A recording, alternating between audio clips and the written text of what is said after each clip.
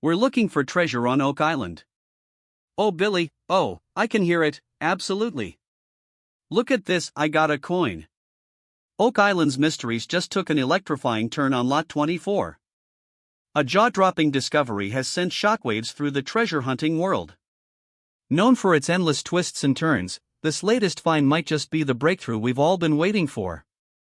Could this uncover the key to the legendary treasure? Stick around as we dive into this game-changing revelation. Nestled off the southern coast of Nova Scotia lies Oak Island, a mysterious patch of land shrouded in legend and intrigue for centuries. It's a place where whispers of buried secrets, both literal and figurative, linger in the air.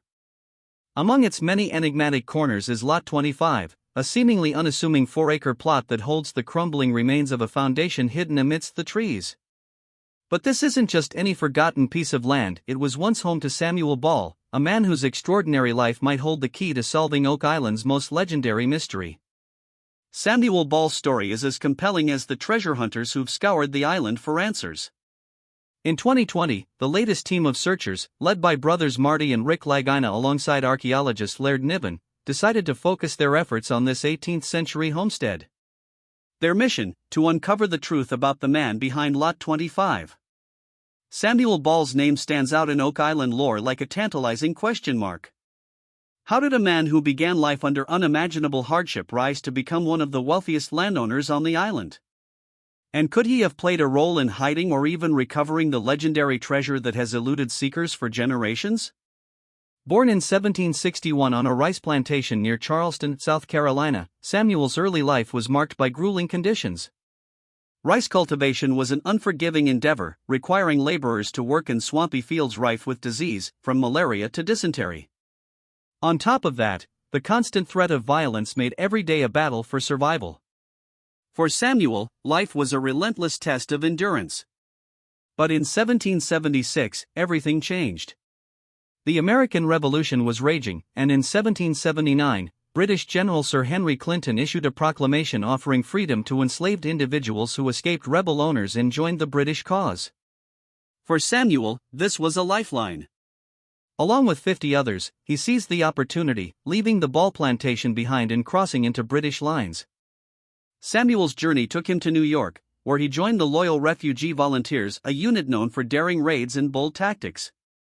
These weren't ordinary soldiers. They raided rebel homes, secured supplies, and did whatever it took to survive the chaos of war.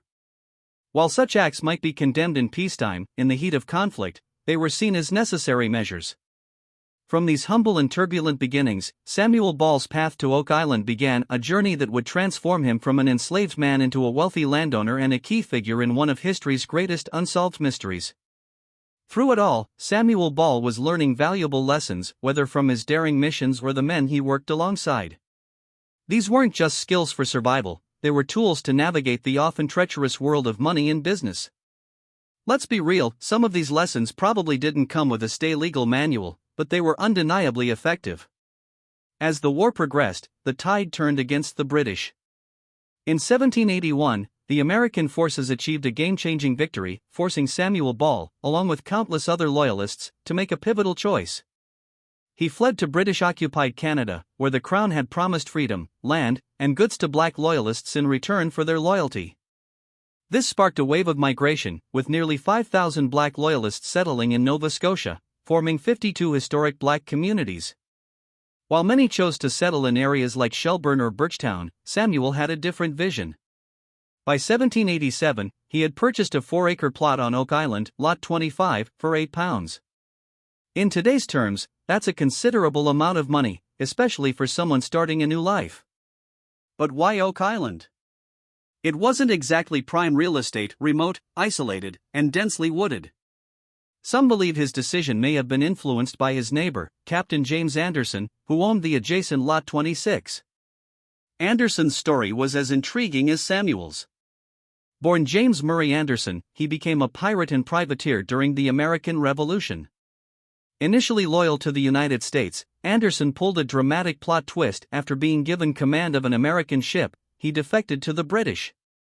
His betrayal didn't sit well with then Virginia Governor Thomas Jefferson, who branded Anderson a pirate and charged him with high treason.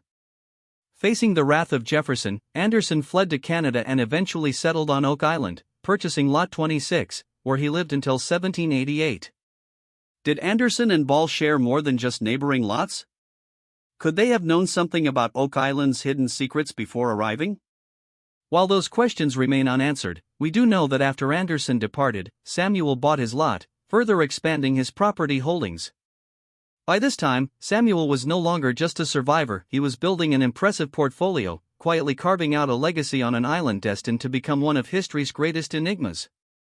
Samuel Ball's journey wasn't just one of escape and survival, it was one of relentless ambition, resilience, and perhaps a connection to the mysteries of Oak Island that continues to captivate the world. Starting as a humble cabbage farmer, Samuel Ball transformed his modest 4-acre plot on Oak Island into something far greater. By 1790, he even purchased nearby Hook Island for £6, a considerable sum for the time. But let's be honest, could cabbage farming alone fund this real estate spree? Many historians think not. The British government's policy of awarding contracts to freed black settlers to supply goods to the military might have been Samuel's ticket to prosperity. And it makes sense, for the British Navy, cabbage wasn't just a crop, it was a lifesaver. Cabbage was used to produce sauerkraut, a crucial source of vitamin C that helped sailors combat scurvy on long voyages. At the height of demand, Samuel likely secured lucrative contracts to supply this essential commodity, turning cabbages into gold. But as with all booms, this one didn't last forever. The Navy eventually switched to using limes as their primary source of vitamin C, easier to store and transport, leaving the cabbage market to wilt. Yet Samuel's wealth didn't just hold steady, it continued to grow. Then came 1795, a year that marked a turning point for both Samuel Ball and Oak Island itself. That was the year when 3 young men stumbled upon what would become the island's greatest enigma, the money pit on Lot 18. It all began with a curious depression in the ground and an old ship's tackle block hanging from a tree above it. Intrigued, the men began digging, uncovering something astonishing, a wooden platform made of oak beams buried 30 feet down. And it didn't stop there. Every 10 feet below, the same pattern repeated, a deliberate, man-made construction with purpose. This discovery set off a treasure-hunting frenzy that would span centuries, with excavations eventually reaching depths of over 150 feet. But in 1795, the original dig stopped at 30 feet. For Samuel Ball, the money pit's discovery seemed to spark a new chapter. No longer content to simply grow cabbages, Samuel began acquiring land, lots of it. By the time he was done, he owned not just Lot 25, but also Lots 8, 24, 31, 32, 36, and 7 on Oak Island, as well as an impressive 100 additional acres on the mainland. But if the cabbage boom had fizzled out, where was this wealth coming from?